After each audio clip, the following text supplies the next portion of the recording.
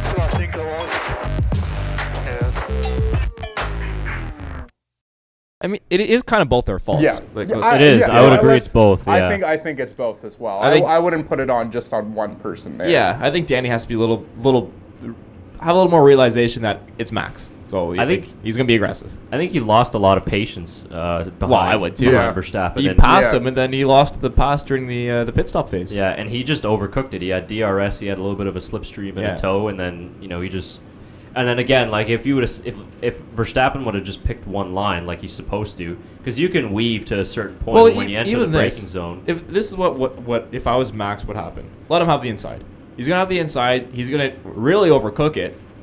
Go just go on the outside, and then in the exit, get a good drive off the exit, and turn back on the inside and pass him that way. And then you have the inside to the next turn. Yeah, let's take a look at it. Maybe we'll see just there's a few angles. I mean, here. They'll show the replay. It's a little bit. I mean, to be fair, they're going 320 kilometers an hour. That's hard to make a decision that quick. Yeah, easy for us to say, right? Yeah, as we're watching it. I think it shouldn't have happened, of course, but it doesn't matter who to blame. It's just bad for the team. Yeah. Here we go. See, there's the but that's the you move. saw what Tyler you were saying there. If you could just back it up maybe just a little bit, you see Verstappen just made that slight move to the inside, and it's not a full line change, but it's a it? half line change. Yeah. Right here. Yeah. Ooh, I don't know. Looking back on it, I would put maybe 70-30 blame there for Verstappen. Yeah. Verstappen definitely deserves majority of the blame. Like, I would say 60-40. But yeah, like it's definitely on both the drivers there at that point. And I didn't realize it was like direct wheel contact too. I thought it was just one wheel hitting each other, but I didn't realize it was like wheel to wheel. It was bad, man. Real bad. Yeah, here we go. Right here, like it's like, oh my god! Like, at that point, like you can see, he's like, "Whoa, what do I do?" So you can see that when Ricciardo made his last move to the inside, he was committed. Yeah. And so, like you said, when you're going at they're at 320, maybe even 330 at that point. I mean, there's no way you're going to be able to overcorrect that, because if he would have like wildly overcorrected, he goes straight he's into going the in the wall, wall, which can be a bit more dangerous. But you see that just like right there, you can see right here is his reaction where it's like, yeah, he's like, what? What do I do? Like, I need to brake right now. You can see the 100-meter board right on the side of the screen there as well. That's his braking point.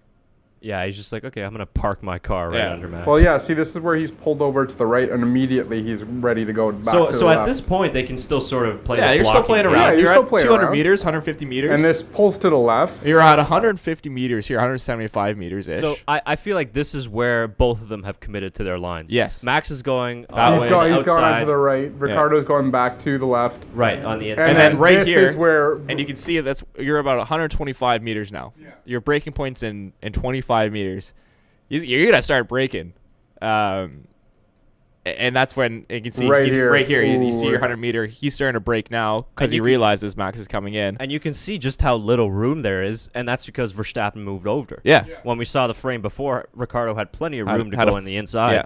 Yeah. So he moved over. So looking back on it now a little bit, now you're screwed. And, Yeah. and this is where, trouble. like, Ricciardo, he tries to go back to the right, but he realizes as soon as he turns, he can't do it. Like, he has no space. He's locked up. He's no space, and then boom. That's a lot of. Then there it is. Oh, that's just We brutal. are thankful that the team let us race. This is the worst scenario, so that's the crappy part of it, that it's come to that. Yeah, we'd obviously battled all race. We touched maybe once or twice already. That's a couple solid. That may be $1 million damage right there. Yeah, you wouldn't be wrong actually. So does that kind of change Ricciardo's decision at all? Did you guys see this thing? No, His interview? Well, okay, it's not here, but they interviewed the guy from Red Bull, and they're like, yeah, we don't have a number one. We kind of just let the drivers work it out themselves and just race. I'm like, it's an interesting strategy. I mean, you can do it that way, but like you should have a number one driver. Well, but none of them will want to be the number two. That's the thing. You wouldn't want to be like Kimi Räikkönen. Yeah. I agree. But you gotta think or of a Mark game Webber. plan, yeah. Just ask Mark Webber how not bad for number 2 driver. But you're right. I think this does change Daniel's decision to whether he comes back to Red Bull, and that's all just because the fact as, do you really want? Yeah, you're gonna end up battling Max for the rest of your career. It's known. But if this happens and Daniel's in a Ferrari and Max is in a Red Bull, it's a racing incident. I think respect goes out the window. Yeah.